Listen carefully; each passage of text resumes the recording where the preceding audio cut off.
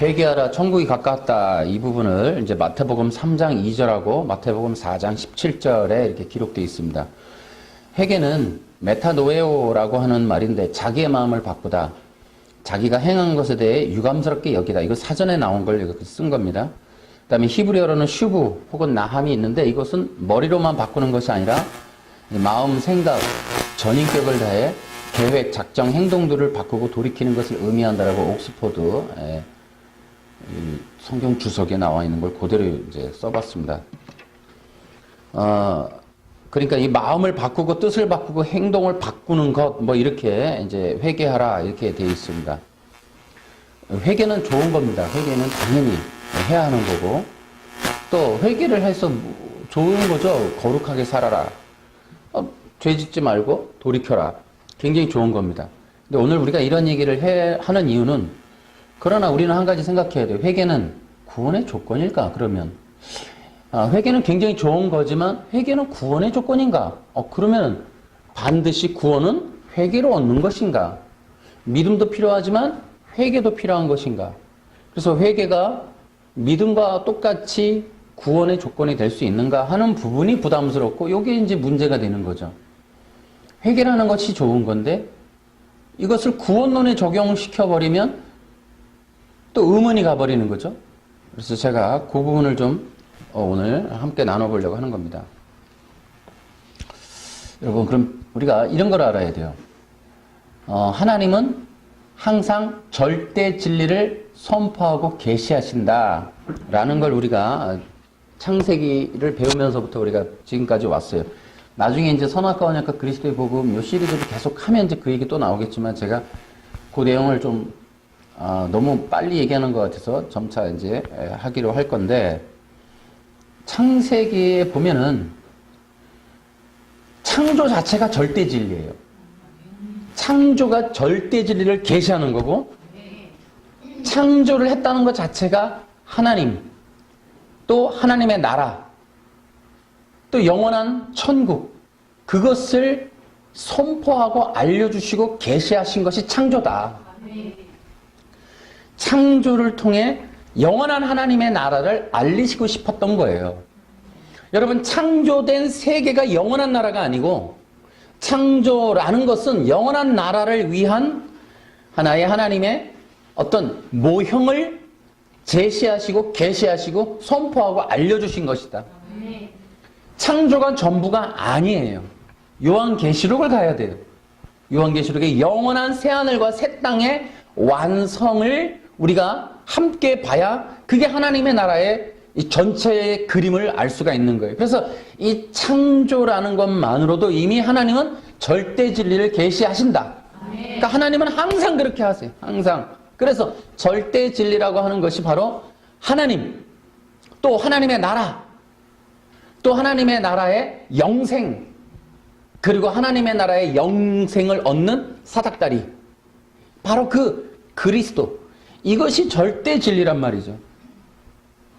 이 절대 진리인 이 하나님, 또 하나님의 나라, 또 영생과 이 그리스도, 이것이 바로 창세기 1장 1절에서부터 계속해서 반복적으로 나오는 절대 진리이며, 또 우리가 알다시피 에덴 동산의 창조 자체가 절대 진리의 선포예요. 쉽게 말하면 다른 거 다 필요 없고 생명나무가 요한계시록에도 나오죠. 그래서 생명나무를 요한계시록의 상징적인 그 교훈적인 게시판으로 보여주는 거예요.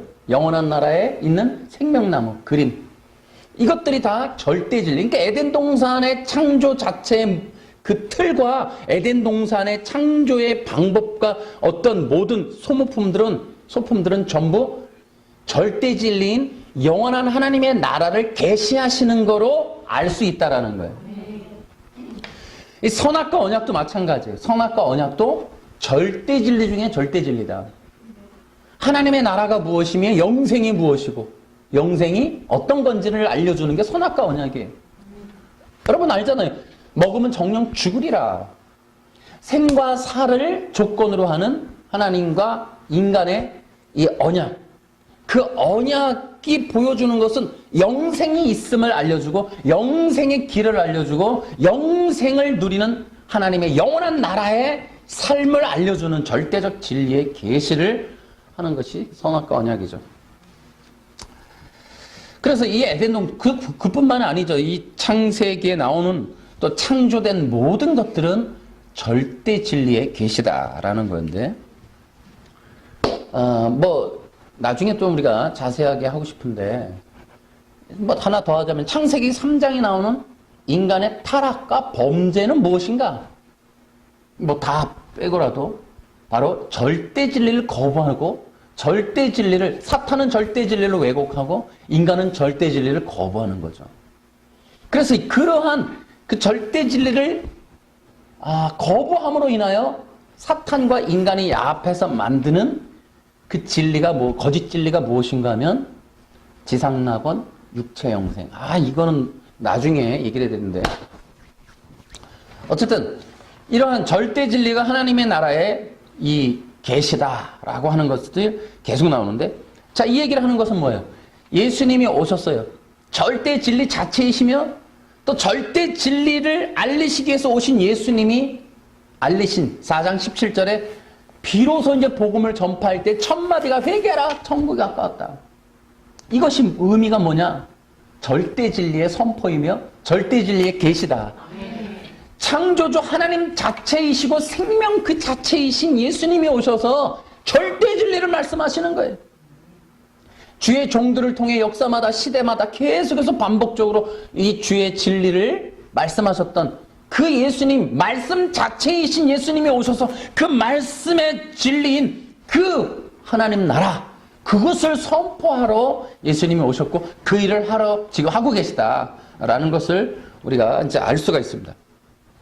그래서 마태복음 3장 2절과 이 마태복음 이 4장 17절에 나오는 두 번에 걸친 회개하라 천국이 가까웠다는 것은 바로 예수님이 가지고 온 그 하나님의 나라와 예수님 자체, 말씀 자체이신 예수님이 알려주고 싶은 그 진리가 바로 이 천국, 영원한 하나님의 나라라는 거예요. 그런데 이제 문제가 있습니다. 예수님이 이제 이렇게 복음을 전하러 오셨는데, 전하러 오신 곳이 바로 이 땅이었어요, 이 땅. 근데 이미 이스라엘의 민족이 있는 그 땅에 오셨어요. 그런데 이 예수님이 오셔서 회개하라 천국이 가깝다 그랬더니 모두가 왕창 다 나와서 진짜 회개하고 천국을 받아들인 게 아니에요. 왜냐하면 그 하나님의 나라를 거부한, 타락하고 범죄한 인간들이 장악한 그 나라가 이미 구성되어 있기 때문에 예수님이 오셔서 그 말씀을 하셨을 때 이제 예수님이 대적을 받게 되는 일이 벌어져요. 그러면 왜 그들은 예수님을 대적하고 받아들이지 못하는 걸까? 그것이 바로 두 나라, 두 왕국, 두 문명의 충돌이라고 말하는 거예요, 그걸.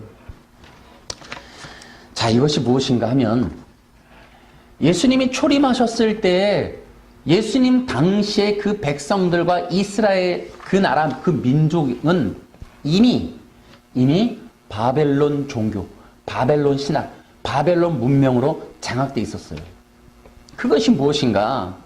바로 이 창세기 3장 15절의 메시아 언약의 선포 이후에 이 사탄에 의해서 진행되어지는 메시아 없는 이 구원, 속죄 없는 복음, 또 영원한 나라가 아닌 땅의 나라를 만들어 놓은 그것으로 인하여 구성된 이 바리새파 율법주의자들로 이 만드는 바벨론 종교, 그것이 장악되어 있었기 때문에 이 예수님이 오셔서 선포하는 회개하라 천국이 가까웠다의 예수님이 말하는 천국과 이 땅에 있는 이 백성들이 가지고 있는 이 메시아 신국, 이 땅에 있는 인간들이 가진 하나님의 나라가 다르기 때문에 두 나라의 신학이, 문명이 충돌을 하게 되는 그런 일이 벌어지게 되는 거예요.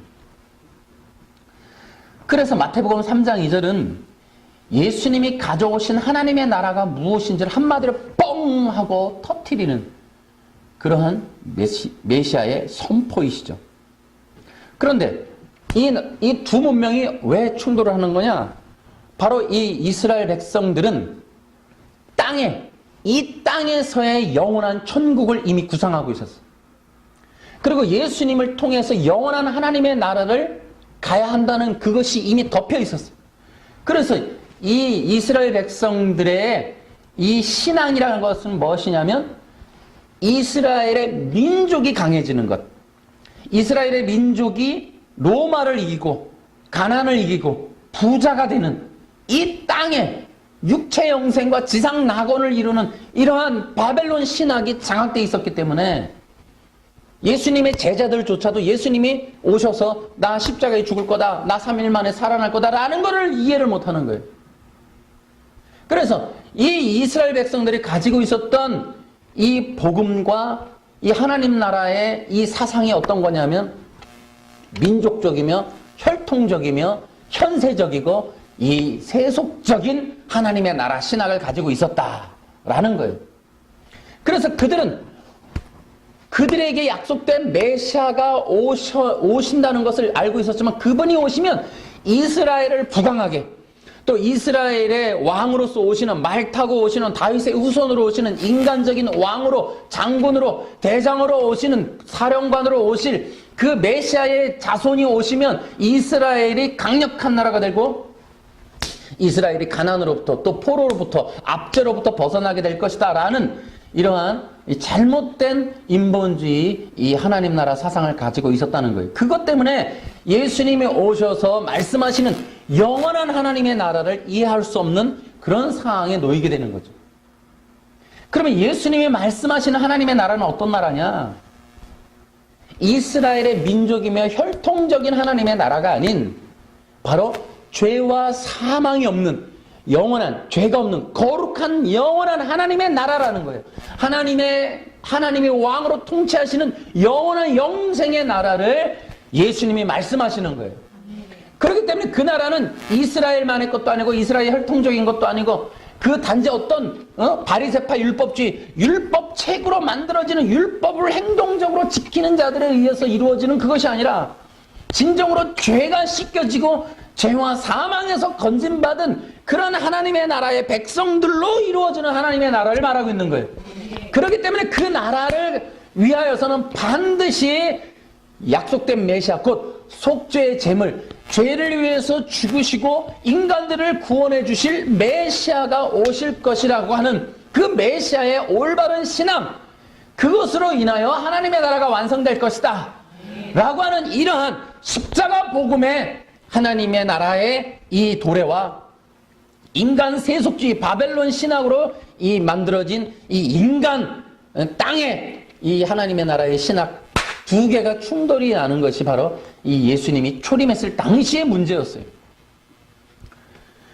그래서 예수님은 이 3장 2절을 통해 4장 17절을 통해 예수님이 가져오신 하나님의 나라가 어떠한지를 뽕 하고 먼저 한마디로 말씀을 하시는 거죠. 그래서 예수님이 가져오신 나라는 죄와 사망에서 구원받은 자들이 얻을 하나님의 나라. 그래서 죄가 없는 하나님의 영원한 그 나라가 바로 하나님께서 통치하시는 그 나라가 예수님 당신을 통해 이루어질 것이다 라고 하는 이러한 십자가의 이 복음을 선포하신다는 거예요. 여러분 하나님의 나라는 어떤 나라냐? 그리스도를 통해 생명을 얻은 자들로 이루어진 나라. 하나님의 나라는 그리스도를 통해 생명을 얻은 자들로 이루어진 나라라고 보시면 돼요. 하나님의 나라는 어떤 나라다고요? 그리스도를 통해 생명을 얻은 자들의 나라. 그래서 이스라엘 백성들은 그 신학을 잃어버린 거예요. 여자의 후손으로부터 내려오는 그 또 15절 또 3장 21절 가죽옷으로 내려오는 그 복음 메시아가 오셔서 속죄의 피를 흘려서 인간의 모든 죄악을 또 사망의 문제를 해결하시고 바로 하나님의 나라의 영생을 완성시키러 오실 그 예수님의 그 도래 그 복음을 잃어버린 거예요. 언제부터 잃어버렸느냐? 바로 이 창세기 4장에 가면 가인이 만들어 놓은 거짓된 인본주의 이 제사, 인본주의 구원론서부터 인간들은 벌써 하나님이 아닌, 그리스도가 아닌 구원의 길을 도모하기 시작한 거예요. 그 라인으로 계속해서 이제는 인류는 두 가지의 영적 세력의 흐름으로 볼 수 있어요. 하나는 예수님의 피의 공로로 구원받음을 믿고 나아가는 자들. 그러나 그것이 아닌 또 반대로는 인간의 공로, 인간의 노력, 인간의 소산물로 인하여 그리스도 없는 구원의 길을 도모하는 자들의 두 왕국, 두 신학, 두 문명의 충돌이 역사적으로 계속 흘러가게 된다는 거예요. 이해하시나요? 그래서 예수님이 초림하실 당시에 이미 이스라엘이라고 하는 그 나라는, 그 지역은, 그 문명은 이미 이 가인으로부터 시작된 세속주의 구원론으로 점철돼 버린, 이미 다 장악이 돼 있고 체제화된 종교적인 틀이 완성되어 있는 곳이었어요. 예수님의 도래는 정말 어마어마한 종교적 충돌이에요. 이미 세속주의 신학으로 물든 곳에 진정한 복음이 내려와서 그것을 부셔버리는 거예요. 그것을 박살내시는 거예요. 그것과 싸우시는 거예요. 그래서 그 속에 하나님의 생명을 심으시는 일을 하러 예수님이 오신 것이다 하는 거예요. 우리가 그런 큰 틀로 좀 이해를 좀 해야 돼요. 여러분, 이 두 문명의 충돌은 역사를 통해 계속 일어나요. 인간이 살아있는 모든 시대를 통해 그것이 통과를 한단 말이에요. 여러분, 이것이 바로 기독교의 본질적인 문제이기도 합니다. 여러분, 교회라고 하는 것은 무엇인가 하면 성경을 기반으로 세워진 게 교회예요. 말씀을 통해 세워지는 거예요. 성경이 없다면 교회는 세워질 수가 없어요. 하나님의 말씀이 없다면 교회는 세워질 수 없어요. 여러분, 교회는 절대 진리를 선포하는 곳이다. 아멘. 절대 진리 위에 세워지는 게 교회다. 아멘. 자, 교회는 무엇이다? 시작. 절대 진리 위에 세워지는 것이 교회다. 아멘. 시작. 절대 진리 위에 세워지는 것이 교회다. 아멘. 아멘. 교회는 영원한 하나님의 나라를 선포하는 거예요. 아멘. 교회는 영원한 하나님의 나라를 계시하는 겁니다. 아멘. 여러분, 교회가 영원한 저 하나님의 나라가 없으면 교회는 존재할 필요가 없어요. 교회는 또한 십자가를 다 달고 있어요. 왜 그래요? 여러분, 영원한 하나님의 나라는 오직 그리스도이신 메시아이신 예수님을 통해서만 얻을 수 있다. 아멘. 라는 기본적인 목숨을 걸 만한 절대 진리 위에 세워지는 게 교회입니다. 아멘. 저는 신천지 보고 은혜로운 게 하나가 있어요. 신천지는 정말 신천지가 가리키는 교리, 크게는 뭐 이만희를 교주, 보혜사라고 믿게 하는, 그러니까 신천지를 통해 하나가 우리 교훈을 좀 받아야 되는 게, 신천지는 기복주의를 모으지는 않았어요. 그러니까 복 받게 하겠다. 11조를 내면 복 받는다. 인 통하면 물 통하고, 물 통하면 뭐 신 통한다. 이런 개념이 아니에요. 11조 바쳐서 부자 된 사람들의 간증으로 세워진 게 신천지가 아니라니까요. 여러분, 신천지가 띄워놓은 유튜브 영상을 보세요. 거짓된 진리이지만 나름대로 성경이라고 하는 것을 뜯어맞춘 비유풀이라는 것으로 인간들을 장악한 쇠뇌 작업을 해버려서 이만희를 위해 목숨 걸게 만들어 놓은 것이 바로 신천지예요. 교회는 성도들이 절대 진리에 목숨 바치게 만들어야 돼요. 아멘. 세게 얘기하면 절대 진리로 세뇌시켜야 돼요. 아멘.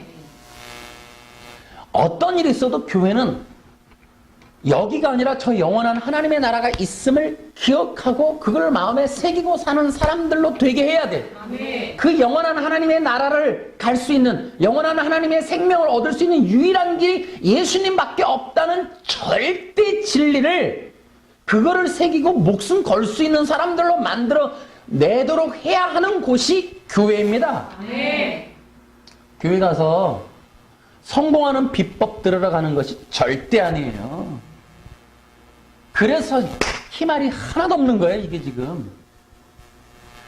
우리 교회 몇 명 안 되지만은 저와 여러분은 절대 진리로 무장하자는 거예요. 네.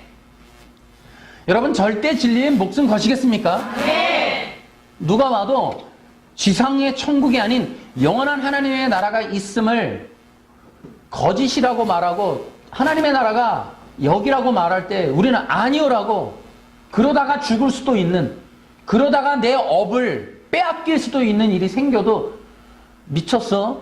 영원한 하나님의 나라 오직 예수님밖에 없어. 아멘. 예수님만이 우리 하나님이시고 아멘. 예수님이 하나님이신 거로 그분이 생명이시고 아멘. 예수님이 생명을 주시는 거로 그분이 곧 하나님이시고 아멘. 하나님이신 그분이 곧 우리 가운데 임재하신 임마누엘 성령님이시다. 아멘. 그분이 우리의 보혜사이시다. 아멘. 라는 것을 목숨 거시겠습니까? 아멘. 바보 같아도 그렇게 가는 게 기독교예요. 아멘.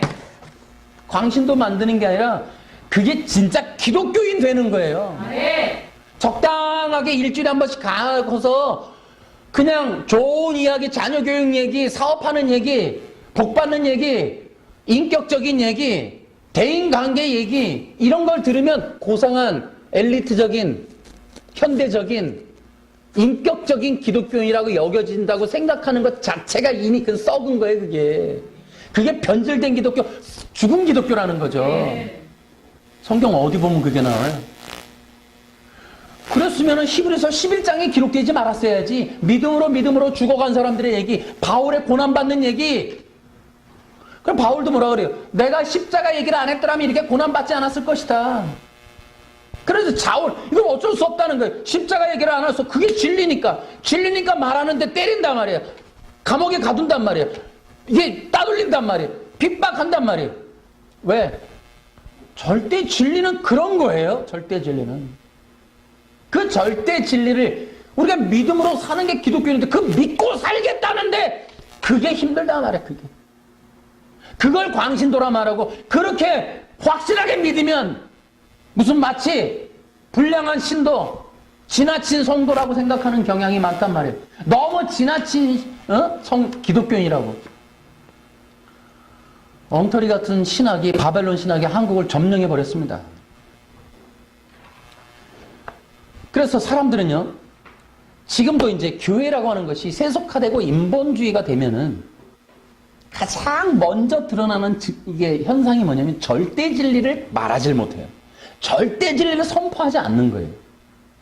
교회가 타락했다는 확실한 증거는 절대 진리를 말하지 않는 설교, 절대 진리가 빠진 교육, 절대 진리를 세우지 못하는 교회가 되었다는 것이 타락한 증거예요. 그 예수님을 왜 말해요? 우리가 죄와 사망의 문제 때문에. 왜 저 하늘이라 그래요? 여기가 아닌 죄로부터 구원받은 자들의 생명, 하나님의 생명을 얻은 자들이 누릴 영원한 유업, 그곳이 천국의 시민권이다. 그래서 영원한 하나님의 나라를 믿고 가는 것이다. 저 영원한 하나님의 나라를 절대 진리라고 믿는 것이 잘못된 기독교라고 말하는 것 자체가 이미 타락한 증거예요. 이미 변질됐다는 거예요. 또 어떤 게 있냐면 절대 진리를 말하지 않고 선포하지 않을 뿐더러 절대 진리를 가리는 일을 한단 말이에요. 예를 들어 이런 거예요. 천국을 말하긴 말하는데 이런 천국을 말하는 거죠. 가난한 자들이 없는 세상. 또 노동자들이 행복해지는 것이 천국이다. 모두가 공평한 세상이 임하는 것이 천국이다. 여러분 속지 마세요. 공산주의가 천국이라고 말하는 것은 옛날 18세기 때 프랑스에서 이 공산주의 혁명이 일어날 때부터 하던 얘기예요. 모든 사람들이 공평하게 사는 것이 천국이다. 지상낙원이다. 그러나 역사적으로 증거는 공산주의는 반드시 독재 한 사람만을 위해서 존재하게 된다는 거예요. 자, 제가 말하고 싶은 거 이런 겁니다. 기독교가 타락하면 본질을 가려요. 영원한 하나님의 나라를 천국이라고 말하면서 이 땅에 있는 천국을 자꾸 말한단 말이에요. 모두가 공평해지고 행복해지고 질병이 없고 또 가난한 자들이 없고 정치 지도자가 바르게 서고 또 비리가 없고 또 모두가 다 가난한 자들이 얻게 되는 세상이 천국이다. 이런 식으로 진리를 거짓 진리로 가려버린단 말이에요. 이게 타락인 거예요, 이게. 기억하십시오. 네. 혹시라도 이 영상을 보게 되는 주의 군대들이 있다면 우리가 각성을 좀 하자는 거예요. 네. 정신 좀 차려보자는 거예요. 네. 그들의 입 발린 소리를 분별하자는 거예요. 네. 이런 식으로 절대 진리를, 또 이 그리스도를 믿는 믿음에 있어서 중요한 게 죄와 사망의 문제인데, 그것이 뭐예요? 인간의 절체절명의 문제가 지금 죄에 빠져 있고 죽음에 빠져 있고 죄의 종로로 타는 문제란 말이에요. 사탄의 지배하에 있다는 거예요. 현실적으로 지금 로마서 5장 6장에 나오듯이. 그런데 교회가 타락하고 세속화되면 어떻게 얘기하냐면, 여러분 행복 비전을 얘기하는 이유가 뭐냐면 인간의 근원적인 문제를 죄라는 것에서 또 시작을 하지 않아요. 바로 지식의 부족, 돈의 부족, 부모의 지원의 부족, 상황의 부족, 부의 불공평한 평등, 분배, 이런 것들이 문제이기 때문에 노동 문제 해결하면은, 부자들을 처리하면은, 세속적인 문제 처리하면, 좀만 잘 배우면, 또 복지적인 차원에서 공급만 잘해주면 인간의 문제는 다 해결될 거라고 여겨지는 것들, 그렇게 인식되도록 퍼뜨리는 것 자체가 이미 거짓된 진리라는 거예요.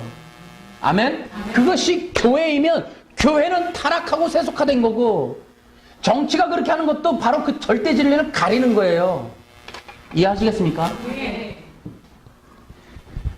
그래서 어떻게 하냐면 사람들의 생각과 마음에 관심을 흐트려 놓아요. 그래서 사람들이, 기독교인들이 교회에 와갖고 절대 진리로부터 멀어지게 하거나 절대 진리를 생각하고 있는 마음과 중심에서 흐트러지게 하고 중심을 삐뚤어지게 하고 초점을 바꿔내서 마치 사탄이가 3장에, 창세기 3장에 했던 것처럼 초점을 비껴가게 한단 말이에요. 그래서 본질적인 진리를 가르쳐주는 게 아니라 왜곡하고 더하고 빼고 뒤틀어버리고 비틀어버린단 말이에요. 그래서 사람들로 하여금 절대 진리를 모르게 하거나 절대 진리를 왜곡해서 잘못된 절대 진리, 가짜 진리로 절대 진리인 것으로 착각하게 만드는 일들이 비일비재하게 일어나는 거예요. 그래서 여러분, 종교가 무엇을 해야 하냐면 인간의 복지를 해결하라는 거예요. 그걸 위해서. 또 교회가 해야 될 일이 가난한 자들을 도우라는 거예요. 교회가 절대 진리를 선포하고 죄와 사망의 문제 때문에 예수님께 나오라는 십자가의 복음을 말하면 독선적이라고 얘기하고 종교의 어떤 치부라고 얘기해서 공격을 해요. 그래서 세속화된 정부와 세속화된 종교인들은 기독교를 정치 참여, 잘못된 정치 지도자나 정치 체제를 향해서 반기를 들어라, 행동하는 양심으로 보여라, 이렇게 얘기를 하면서 절대 진리인 교회가 해야 될 절대 진리를 선포하고 따라가게 하고 외치고 그것을 계시하는 일을 못하게 한단 말이에요. 그래서 이 땅에 있는 사람들의 근본적인 문제를 다른 것들로 제시함으로 인해서 사람들로 하여금 절대 진리에 관심 못 갖도록 만드는 일을 하는 거예요. 제가 이것을 얘기하는 게 이게 바로 인본주의 행위구원에 담겨있는 영적 배우고 전략이고 신학이란 말이에요. 그것이, 그래서 내가 또 얘기하지만 지금 예를 들어 예수 믿어도 구원이 취소된다는 얘기를 하는 사람들은 깊은 얘기, 이런 깊은 내막, 성경 속에 있는 깊은 내막을 다 모르더라도, 그렇게 하더라도 자기도 모르게 그렇게 하고 있는 거예요. 얼마나 심각한지 그 문제가, 이게 단순한 종교적인 입장이 아니라 얼마나 심각한 종교적인 전략적인 문제 함정에 빠져 있는지를 다 모른단 말이지. 좀 나중에 또 계속해서 하나씩 얘기하겠습니다. 이거 한꺼번에 다 얘기 안 하겠습니다. 그러니까 하나님의 나라의 도래가 임하는데 예수님이 회개하라 이렇게 얘기한단 말이에요. 이건 무슨 뜻일까? 그래서 이 말이 예수님이 가져오신 하나님의 나라의 정체성을 한마디로 빵 하고 말려줄 수 있는 중요한 단어가 회개하라, 메타노예요. 한마디 이거예요. 예수님이 가져오시는 나라는 이 땅의 무력으로 회복하는 이스라엘 민족적, 혈통적 강한, 로마보다 강한 그런 땅에 있는 하나님의 나라의 회복이 아니라는 거죠. 그래서 그들로 하여금 하나님 앞에 돌아와서 마음을 돌이키라고 말하는 거예요. 그래서 예수님이 말하는 절대 진리인 천국은 죄와 사망으로부터의 구원을 의미하는 하나님의 나라임을 말하는 거예요. 아멘. 자, 예를 들어 이런 거죠. 사람들이 만약에 바벨론 신학은 어떤 거냐면, 바벨론 신학은 땅에 있는 인본주의는 뭐냐면, 자기의 근본적인, 인간의 근본적인 문제를 모르고 그것을 해결하지 않고도 메시아가 그냥 해버리는 거예요. 이거 어떻게 이거 쉽게 얘기하냐면, 쉽게 하면 이런 겁니다. 나는 변화되지 않아도 나는 전혀 건드리지 말고 당신이 하라는 거지. 메시아가 이러면 되는 거예요. 근데 회개하라는 건 뭐예요? 우리가 뭔가를 돌이켜, 죄에서 우리가 원하던 거, 해야 하던 거, 욕구, 욕망, 탈취, 범죄, 또 나의 어떤 비리, 종교적인 탐심, 탐욕, 그다음 바리새인들의 이런 전략, 이런 것들을 돌이키고 꺼내놓고 하나님 앞에 굴복함 없이도 메시아가 와서 하는데 나는 거기에 끼어들기만 하는 상황이 되는 그러한 것이 바로 세속주의예요. 다시 말하면 성도들이 와요. 그러면 성도들한테 회개하고 정말 당신들의 그 잘못된 길에서 돌이키고 하지 말아야 될 걸 하는 것들을 포기하고 자기들이 사기, 범죄, 전략적인 거, 자기들의 음모, 계략, 욕구, 욕망의 성취를 하려고 했던 걸 내려놓아. 그걸 포기하라. 그리고 예수님을 믿으라. 이렇게 말하지 않냐고. 그저 방법론. 그들은 가만히 듣고 그 야심, 욕심, 탐심을 가지고 있는 채로 그렇게 교회를 찾아온 그들에게 욕구, 욕망과 성취와 소원과 부자 되고 싶은 것과 남을 다스리고 정복하고 통치하고 이 나라의 모든 것을 가지고 싶어하는 그런 욕망을 가진 자들로 교회가 꽉 차 있는 그들에게 그냥 단지 방법, 비법만 알려주는 종교가 바벨론 종교예요. 그러니까 사람들이 하나님 앞에 내려놓고 자기가 가지고 왔던 세상적 욕구, 욕망의 그런 어떤 잘못된 죄악의 짐들을 내려놓고 가는 게 아니라 그것을 어떻게 이룰 것인가를 알려주는 그러한 어떤 처세술 가르쳐주는 그런 상담소 같은 역할을 교회가 하는 것, 그게 바벨론이라는 거야. 바벨론 신화. 그게 타락한 거예요. 교회는 여러 사람들이 오죠. 요즘 같으면 정치인들 많이 드나들겠죠. 그런 자들에게 회개하라고 선포하는 게 교회예요. 네.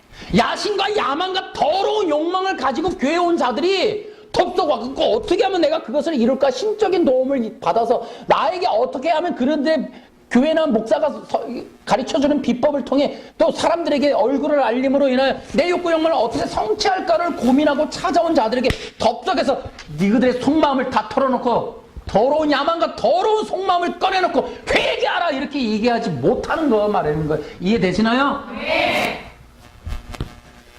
그런 나라를 꿈꿨다니까요. 이스라엘 백성들이 그 당시에. 그러니까 종교적인 바리새인들이 와서 예수님을 자꾸 싸우는 이유가 자신들의 기득권을 건드린단 말이에요. 자신들이 지켜왔던 전통적인 종교적 차원의 어떤 자기들의 권익을 주는 그러한 바탕들을 자꾸 부시니까, 특히나 안식일 개념 같은 거 얼마나 잘 지켰어. 남들 앞에 일주일에 2번씩 남들 하지도 못하는 거 하면서 종교적인 권세와 권위와 부를 축적하고 그 기득권을 위해서 종교적인 탑을 쌓아서 마음에 안 드는 사람 죄인이라고 치부해갖고 다 떨어버리고 자기들의 기득권을 지켜가는 종교를 만들어 놨는데 예수님 와서 그 기반을 자꾸 건드린단 말이죠. 심기를 건드리는 거죠. 진짜 교회는 성도들이 왔을 때 그 심기를 건드리는 거예요. 네. 예수님이 지나가면 심기가 불편해질 수밖에 없어요. 진리니까. 네. 거짓은 불편한 거예요. 교회가 성경 말씀만 제대로 전하면 불편해진다니까요. 네. 그래서 사람들이 안 오겠죠. 그래서 교회가 힘들어지니까 그거 안 하는 거예요. 그거. 절대 진리만 선포해보세요. 왕따 당해요. 대형교회가 이루어질 가능성이 없다니까요. 한국처럼 이렇게 한 지역에 여러 지역의 사람들이 한꺼번에, 서울 같은 경우는 8도의 사람이 다 있고 정치적인 성향이 5당이 다 있고 또 내가 야망이 갖가진 사람들의 조건과 야합이 전부 다 똘똘 뭉친 사람들이 엄청나게 그냥 진흙탕처럼 모여있는 그런 대형교회에 절대진리를 선포해보세요. 이게 쫙 깔려요. 뭔가 그들의 심기를 불편하지 않게 모두를 아울 수 있는 말이 처세술밖에 더 있습니까? 그래야 헌금통이 텅텅텅 가득 찰 테니까 그렇게 할 수밖에 없는 거예요. 그러나 절대진리를 선포해보세요. 쫙 깔립니다. 영육간에. 그러니까 이게 절대진리를 이게 예수님이 회개하라로 시작하는 이유가 바로 그거예요.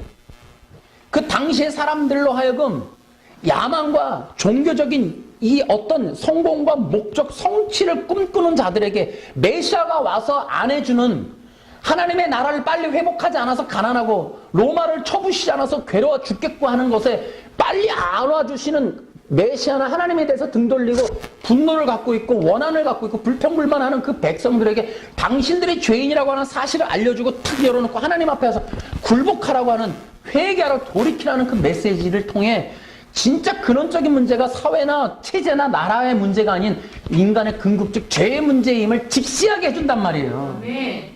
이해되시나요? 그래서 예수님 당신이 이제 그것을 죄라고 하는 것에 인식을 시킴으로 죄의 권세, 죄의 어떤 이런 힘, 이런 것들 때문에 인간의 근원적인 문제, 다시 말하면 이스라엘은 로마의 탓이 아닌 죄와 사망의 문제가 진짜 근원적 문제임을 인지시켜주고 선포하고 알게 함으로 인하여 그 죄의 문제를 궁극적으로 해결할 메시아이신 예수님께로 마음을 두고 생각을 두고 눈을 두고 다시 한번 돌이키라고 하는 의미에서 이 메시지를 던지는 겁니다. 다시 말하면 예수님이 회개하라 이렇게 말하는 것은 진정 너희들이 얻어야 될 하나님의 나라는 육적인 나라가 아니라 죄와 사망 권세를 이긴 하나님의 나라다. 영생의 나라다. 그래서 사람들로 하여금 마음과 생각을 인간적인 근원의 죄의 문제, 구원의 문제를 생각하게끔 그렇게 말씀하시는 겁니다. 여러분, 그래서 이 본질적인 것을 알도록 하는 거예요. 그래서 죄에서 그러면 어떻게 구원합니까? 나 어떻게 구원받습니까? 이걸 어떻게 해서 내가 처리받을 수 있습니까? 그래서 그들로 하여금 보라, 세상 죄를 지고 가는 하나님의 어린 양이시다. 예수님의 그 어린 양 되심에 집중을 시키고 손가락을 가리킨단 말이에요. 예수님에게. 그것이 지금 예수님이 하고 계시는 방식이에요. 그런데 이 회개라고 하는 것은 그들이 알던 거예요. 그들이 익숙한 거예요. 왜냐하면 이스라엘의 종교는 회개의 종교다. 시작. 이스라엘의 종교는 회개의 종교다.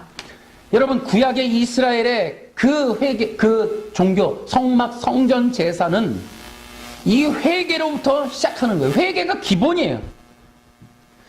그들은 하나님 앞에 이제 제사를 지내는 게 가인과 아벨서부터 제사를 지내는데, 그들은 이제 출애굽에서부터 이제 이 하나님의 민족적인 이스라엘의 민족적 제사가 시작이 됩니다. 근데 그렇게 민족적 제사를 시작하면서 그들에게 있어서 이 제사의 문제는 엄청나게 중요한 거죠. 여러분, 이스라엘 백성이 가지고 있었던 성전 제사라는 건 그 고대 근동 당시에는 세계 유일했어요. 이스라엘은 세계적인 제사상 국가예요. 세계 어떤 나라도 하나님이라고 하는 신적 존재 앞에 제사라는 걸 드리는 나라가 없었단 말이에요. 이 거룩한 성전 제사를 드리는 건 유일한 나라였어요. 그런데 그들이 드렸던 이 제사 제도는 인간의 죄의 문제를 위하여 속죄의 제물을 가져가서 이 정결한 제물을 드림으로 인간의 죄를 용서받는 기본적인 원리를 갖고 있는 종교란 말이에요. 근데 우리가 알다시피 그 성전 제사를 보면 어린 이 제물을 가지고 가서 그 제물 앞에 머리에 손을 얹어놓고, 하나님, 내가 죄인을 졌는데 내가 이 양을 드립니다. 나는 죄인이고 내가 죽어야 하지만 이 양을 보시고 나를 용서해 주시옵소서. 그러므로 그 사람의 죄를 그 양에게 전가함으로 그 양의 죽음을 통해 사람이 대속 살아나서 구원받는 그 패턴을 가진 종교적 의식을 행하는 것이 성전 제사였어요. 그래서 그들은 기본적으로 제사라는 거에는요, 회개가 기본이에요. 제사를 드리려면 어쩔 수 없이 제물과 함께 죄를 토설하는 것이 되어 있었어요. 그것이 원리야.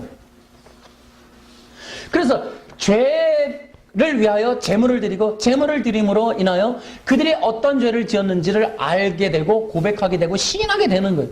그래서 그것을 통하여 하나님 앞에 공식적으로 죄 사함 받는 것을 목적으로 하나님 앞에 의로운 관계를 회복하는 걸 목적으로 제사를 드렸던 것이 이스라엘의 종교였다는 거예요.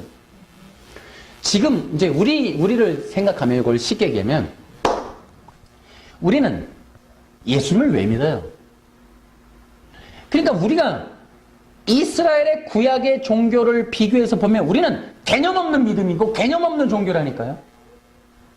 어떤 교회에 많은 사람들이 나와서도 그 교회 나올 때 내가 기독교인이라고 말하고 교인이라고 말하고 주일날 나올 때 내가 죄와 사망의 문제 때문에 내 죄의 문제, 내가 지금 지옥에 가야 할 이 죄의 문제 때문에 하나님 앞에 나와왔고 그것을 구원받기 위해서 이 속죄의 제물을 가지고 나오는데 그 속죄의 제물이 바로 예수님이시고 예수님의 피를 받으시고 나를 용서하시고 구원해 주시옵소서 라고 하는 개념으로 우리가 예수님을 믿는 믿음이 얼마나 있냐는 거예요. 대부분이 개념 없는 믿음 혹은 믿음주의. 나 믿었어 라는 거죠. 예수님을. 그냥 말을 하라. 예수님이 시인하는 문자주의. 계속 그런 식으로만 이 신앙을 얘기를 한단 말이에요. 기독교 신앙이. 우리는 얼마나 껍데기 신앙을 갖고 있냐는 거예요. 이 구약의 종교에 비교해보면. 그러니까 구약의 종교같이 이 믿음이라고 하는 것이 분명한 목적을 갖고 있고 용도를 가지고 있고 그것이 얼마나 절박하고 간절한지가 제사에 담겨 있는데 우리는 없는 거예요. 어떤 사람이 죄와 사망에서 구원받기 위해서 간절한 마음으로 예수님을 믿어요. 그런 부분이 약하다. 그래서 우리가 구약의 기독교를 회복해야 된다는 게 바로 이런 것들이 더 중요했기 때문에 그래요. 그래서 우리는 어떻게 하냐면 하나님 앞에 속죄함 받고 의로움을 회복하기 위해서 예수님을 믿는다 라고 하는 기본적인 원리 위에 예수님을 믿는 거예요. 아멘. 여러분들 그렇게 믿으시나요? 아멘. 그럼 오늘날 우리의 기독교의 문제는 속죄 없는 기독교라니까요. 속죄 없는 복음. 이런 것들이 문제예요. 속죄함을 말하지 아니하는 그런 현대판 인본적 엘리트라고 하는 소위 기독교 엘리트들. 그런 문제들. 절박한 죄와 사망으로부터의 구원이 빠져버린 기독교. 여러분 제가 이렇게 말하겠습니다. 속죄와 구원은 절대로 뗄래야 뗄 수 없다. 아멘. 내가 구원받는다는 것은 속죄함 받는 거예요. 아멘. 내가 구원받았다라고 하는 것은 단지 구원의 티켓을 천국행 티켓을 따는 게 아니라 그 절박한 죄의 문제, 인간의 근극적인 문제인 죄로부터의 구원받았음을 말하는 겁니다. 아멘. 구원은 절대 속죄와 뗄래야 뗄 수 없어요. 아멘. 근데 이것을 떼어버린 거죠. 사악한 이런 인본적 이 기독교 신학이. 또 구원이라고 하는 것은 죄와 사망과 사탄으로부터의 구원이다. 아멘. 가난이나 정치 지도자나 복지나 어떤 돈의 문제, 이 취직의 문제 이런 것들이 인간의 궁극적인 문제가 아니라 구원이라고 하는 것은 죄와 사망으로부터의 구원이다. 아멘.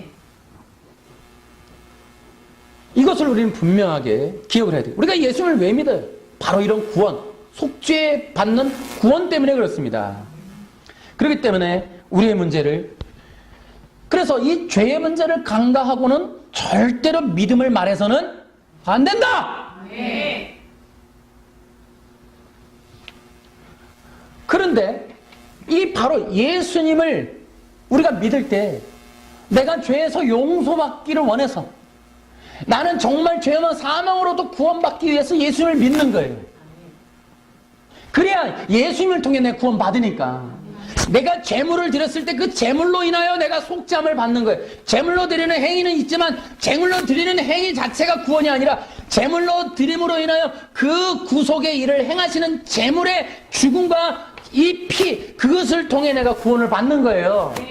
그렇기 때문에 내가 예수님을 믿는다 하는 그 믿음에는 이미 회개가 포함이 되어 있는 겁니다. 죄로부터의 간절한 구원을 바라는 내가 죄인입니다 라는 것이 포함되어 있는 게 우리 현대판 믿음이라는 거예요. 이것이 굉장히 중요한 겁니다. 여러분 제가 이렇게 말씀을 드릴 수 있습니다. 진짜 복음과 가짜 복음을 어떻게 구별할 수 있느냐? 속죄 없는 복음을 말하면 가짜입니다. 죄로부터의 구원을 말하지 않는 복음은 가짜 복음이에요. 이해하십니까? 아멘. 인본적 구원과 이 신적인 구원의 차이점이 바로 그런 거예요. 인간의 궁극적인 문제를 무엇이라고 표현하느냐에 따라서 가짜 복음, 가짜 진리를 분별해낼 수가 있다. 그래서 여러분, 일단 여러분, 죄에서 돌이키지 않는 구원은 가짜 구원이에요. 아시겠습니까? 그러니까 죄를 회개하지 않는 믿음은 가짜 믿음이다. 예수님을 믿는 믿음에 죄와 사망으로부터 구원을 위하여 자신이 내가 죄인입니다 라는 고백이 포함되지 않는 예수님을 믿습니다가는 거짓이야. 그것은 가짜입니다. 그건. 이런 것들이 우리가 분별점을 갖는 포인트예요. 그래서 명심해 보세요. 이 가짜 복음, 이 진짜 복음을 분별하는 중요한 요점 중에 하나가 바로 이 속죄, 죄 용서, 죄와 사망으로부터 구원, 이런 문제들이 굉장히 중요한 포인트가 돼요.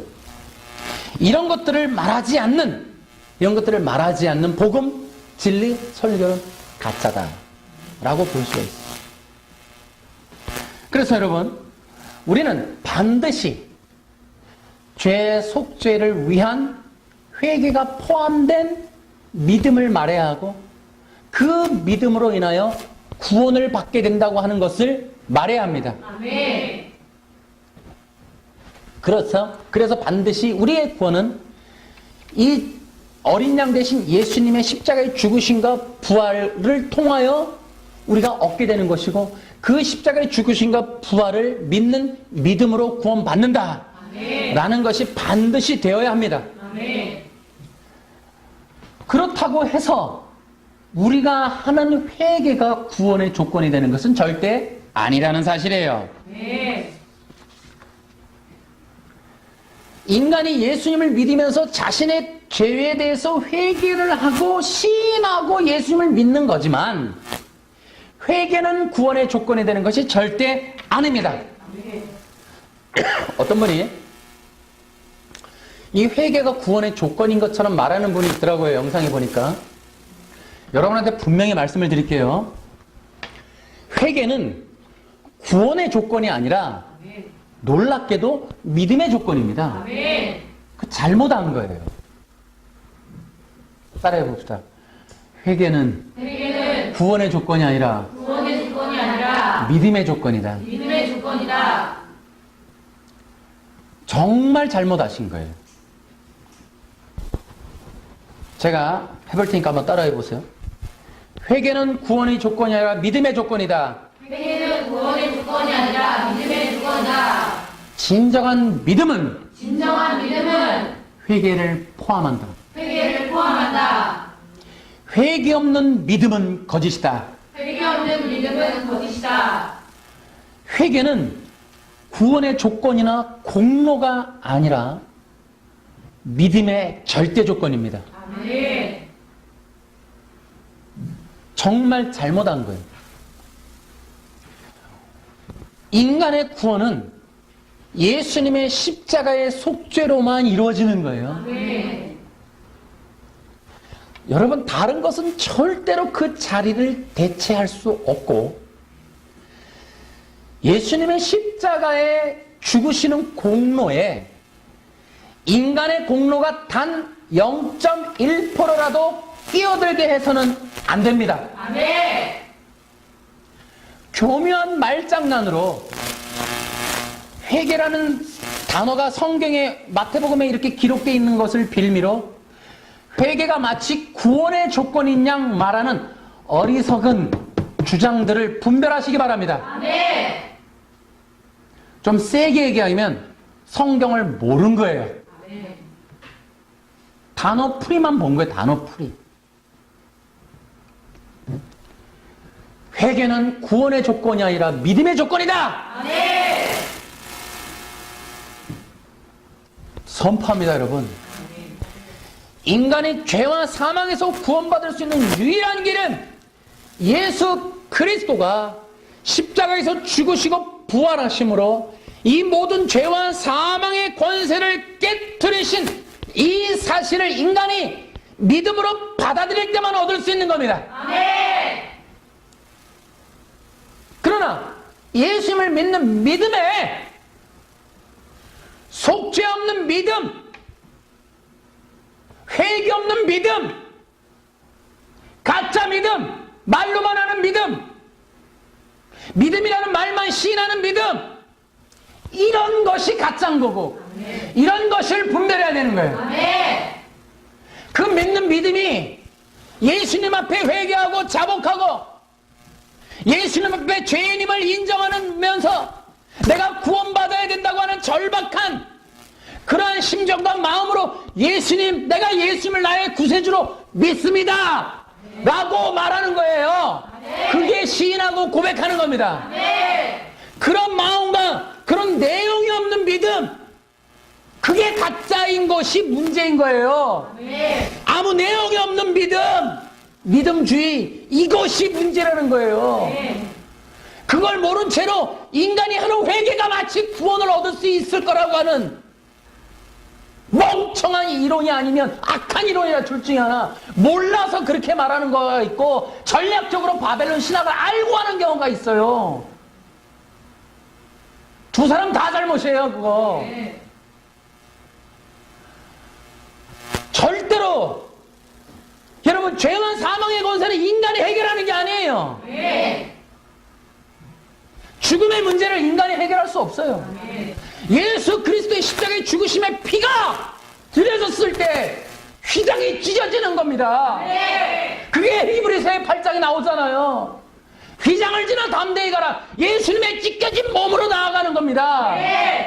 예수님의 찢겨진 몸 위에 내가 믿었으니 가고 내가 회개했으니 가는 게 아니에요. 예수님의 십자가를 욕되게 하면서 인간이 마치 당당하게 자기의 공로로 들어가는 것처럼 그렇게 어리석게 0.1%라도 그런 말이나 암시를 주지 말라는 거예요.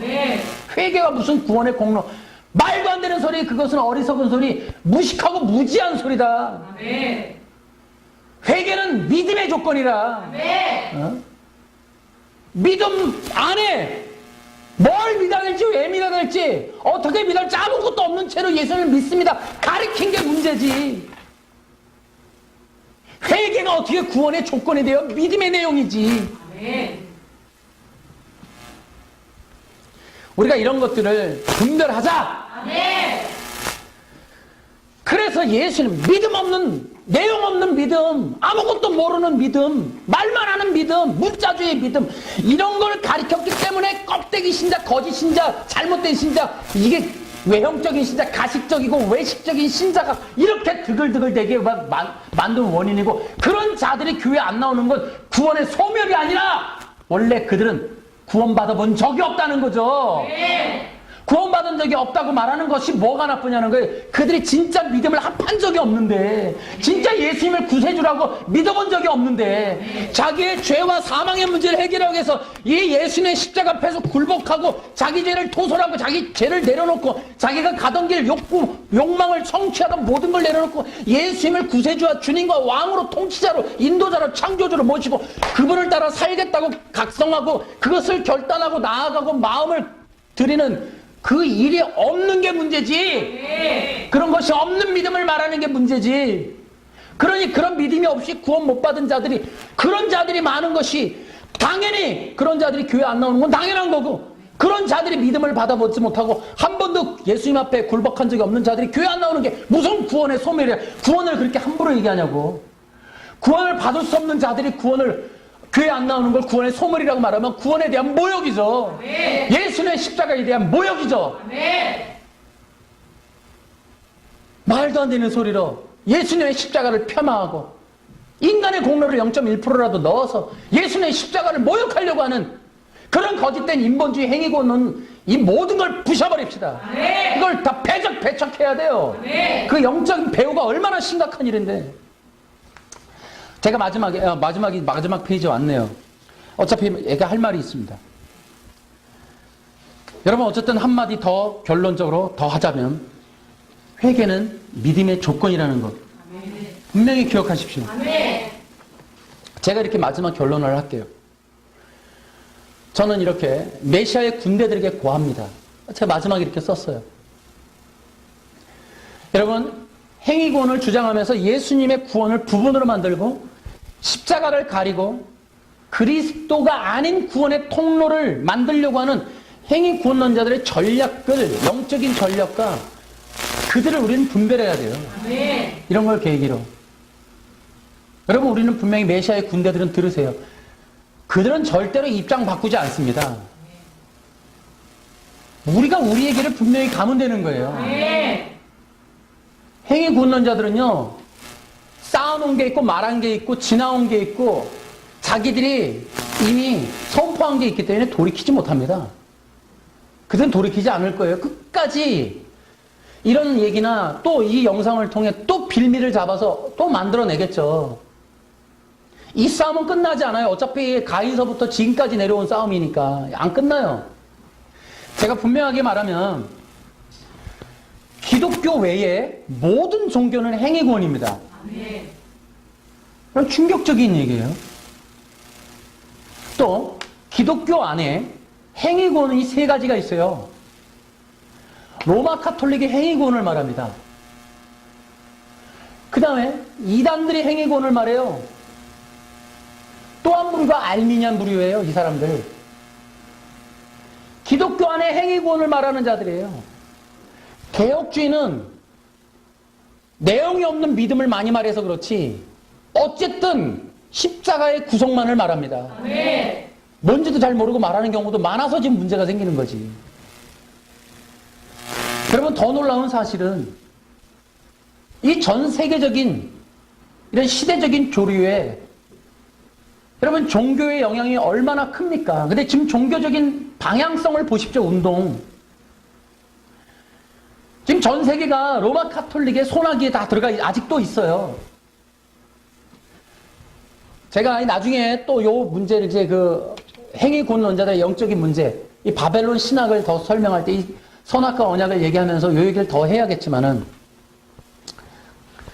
창세기 3장 21절, 22절 미리 예고합니다. 이 두 구절을 가지고 제가 엄청난 이제 이 전략적인 바벨론 신학의 전략을 그들이 가지고 있는 영적 신학의 배후를 말하겠지만은 앞으로 지금 진행되어질 일은 결국 행위구원론자들과 또 신본주의, 근본주의 이 복음을 말하는 자들의 영적인 대결이 될 겁니다. 로마 카톨릭 중심으로 전 세계의 종교가 통합이 되면서 이 행위구원, 인간의 공로, 왜냐? 그리스도가 없는, 메시아 없는, 그리스도를 통하지 않는 구원을 말하는, 그러므로 그리스도가 없기 때문에 구원이 없고 구원받을 필요 없고 구원받을 필요가 없다는 건 죄가 없다는 뜻이고 죄가 없는 인간이 구원받을 필요가 없으므로 이 땅에 지상 낙원을 만들고 누구나 다 구원받을 수 있는 만인 구원소를 하면서 육체 영생까지 얘기를 하는 그런 단계로 나아가게 되어 있습니다.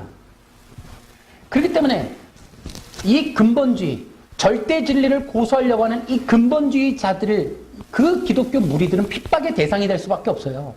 끝까지 어문 소리 한단 말이에요. 십자가만 말하고 천국이 있다 그러고 예수님만 믿어야 된다고. 이 얘기를 하는 골수 보수주의자들은 결국은 세속 정부도 싫어하지만 전 세계적인 종교 통합 운동자들에게도 부담이에요. 이거는 특별히 행위구원론자들에게는 십자가의 복음 무지하게 부담스러운 거예요. 이게 이만희도 마찬가지지만 예수님을 말하긴 해요. 예수님을 믿는다 해요. 그러나 예수님만 믿어서 안 된다고 얘기하는 게 문제죠. 이만희, 비유풀이, 이만희, 보혜사 이만희를 통해 이루어지는 새 언약을 믿어야 된다는 거 아니에요. 지금 쟤네들은 예수님이 끝났고 예수님 말고 온 또 다른 보혜사니 이만희가 말하고 있는 이 이루어놓은 해석해놓은 요한계시록을 믿어야 구원받는다. 14만 4천 된다. 목숨 걸어야 된다. 지금 그렇게 나가는 거란 말이죠. 이런 것처럼 예수님이 부분이 되는 게 바로 사탄의 악한 전략이란 말이에요. 이 십자가 없는 복음, 십자가를 말하긴 말했는데 부부로 말함으로 인하여 예수님은 조물이 되고 소모품이 되고 이 조화물이 되고 인테리어가 소품이 되고 인간의 주인공이 되는 왕이 되는, 그래서 이 인간의 왕이 되는 것에 발판이 되는 십자가의 복음이라고 하는 이런 전략적인 엄청난 전략. 그래서 예수님을 필요로 할 하지 않는 인본적 신학을 주장할 수밖에 없는 이 행위구원론자들의 전략을 우리가 알고 우리는 단디해야 돼, 단디. 아멘. 무장해야 된다는 거예요. 아멘. 그래서 내가 이것을 계속 얘기하는 게 앞으로 일어날 일 때문에 그래요. 앞으로 일어날 일. 언제나 시대적으로 늘 그랬지만은 결국은 이 구속 없는 복음에 천국 없는 복음을 주장하는 것, 이런 것들이 문제가 된단 말이에요. 그러므로 그리스도의 군대, 메시아의 군대들은 깨어있기를 바랍니다. 아멘. 그래서 복음을 지켜내고 견뎌내야 돼요. 아멘. 우리는 더욱더 영적인 배후와 그 음모를 살펴야 합니다. 아멘. 그래서 마지막 시대에 정말로 이 절대 복음, 절대 진리, 절대 구원을 지켜내는 여러분과 제가 됩시다. 아멘. 구원은 오직 예수님을 통해서만 이루어지고 아멘. 예수님의 구속을 통해서만 완성이 된다고 하는 아멘. 이 절대 근본주의 기독교. 그래서 구약이 창세기서부터 약속하는, 창세기서부터 계시하는, 창세기서부터 선포하고 전하고 있는 근본주의 기독교, 구속의 기독교, 속죄의 기독교, 십자가의 기독교, 이것을 우리가 끝까지 지켜가는 아멘. 메시아의 군대들, 여러분과 제가 되기를 주 예수님의 이름으로 선포하고 축원합니다. 아멘. 박수로 할렐루야.